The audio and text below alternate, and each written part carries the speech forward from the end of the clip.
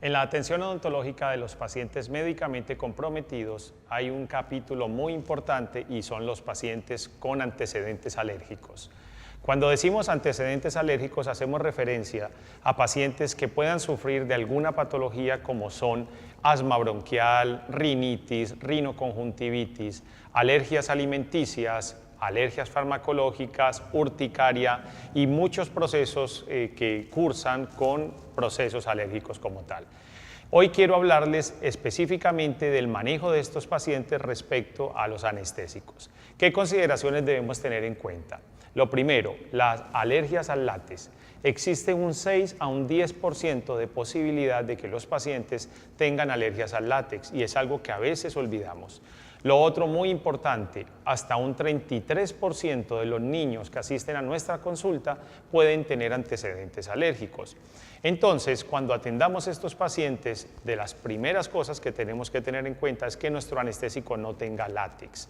¿Y cuándo tiene un anestésico látex? Lo tiene en la parte inferior del cartucho, en lo que es el émbolo, y muchas veces en la parte superior del cartucho, en la que está en contacto por donde penetra la aguja al cartucho dental. Entonces, primera consideración, que nuestro anestésico no tenga látex. Segunda consideración muy importante, que nuestro anestésico esté libre de algunos alergizantes como el metilparabeno. Nos preguntamos qué es el metilparabeno. El metilparabeno es una sustancia que se le adiciona a muchos alimentos y a muchos fármacos para darle propiedades antibacterianas. Entonces, nuestro anestésico, cuando vamos a atender a estos pacientes, debe estar libre de metilparabeno. ¿Cómo vamos a saber cuándo un anestésico esté libre de metilparabeno? Lo primero, leer la información del producto. Muchos fabricantes traen la información de que tiene o que no tiene metilparabeno y látex. Lo segundo que debemos tener en cuenta es que todo cartucho plástico necesariamente va a traer metilparabeno, porque el fabricante va a tener que adicionárselo para darle las propiedades antibacterianas que el plástico a veces no nos garantiza en un cartucho dental. Entonces, tengamos presente que los cartuchos plásticos casi que siempre van a traer este tipo de conservantes. Otra consideración muy importante en el paciente alérgico, que no traiga metabisulfito. El metabisulfito se le agrega a todas las presentaciones comerciales que traigan vasoconstrictor de adrenalina. Entonces, cuando atendemos a un paciente alérgico, verifiquemos que el cartucho no tenga látex, verifiquemos que el cartucho no traiga metilparabeno y verifiquemos que el cartucho que vamos a utilizar ojalá no traiga adrenalina porque necesariamente va a traer como antioxidante al metabilsulfito.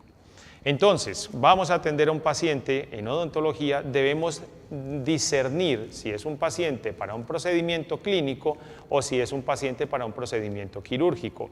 Si vamos a atender a un paciente en un procedimiento clínico, es decir, rehabilitación, operatoria, la misma endodoncia convencional, podríamos optar como anestésico una presentación que no traiga látex, que no traiga metilparabeno y que adicionalmente no traiga vasoconstrictor, porque ya sabemos que el vasoconstrictor va a venir acompañado siempre de metabilsulfito. Cuando tengamos el paciente quirúrgico, ¿qué opciones podemos tener con estos pacientes? Entonces, como opción podemos utilizar 1, mepivacaína al 3%, sabiendo que la mepivacaína al 3% viene sin vasoconstrictor, por tanto, vendrá sin metabilsulfito. ¿Cuál es el posible problema que tendremos en este caso? Que al no traer vasoconstrictor, el paciente nos puede sangrar. Sin embargo, recuerden que la mepivacaína es de todos los anestésicos que vienen sin vasoconstrictor el que nos va a dar un mejor control del sangrado. ¿Qué otra opción tenemos en el paciente quirúrgico? Utilicemos alguna otra de las amidas clínicas de duración intermedia. Es decir, podemos utilizar una lidocaína al 2% con adrenalina, sabiendo que ahí esa lidocaína necesariamente va a traer metabilsulfito, o una articaína 4% con adrenalina, porque necesitamos el control quirúrgico, y en este caso escojamos que ese anestésico que traemos no traiga ni metilparabeno porque nos puede dar reacciones alérgicas.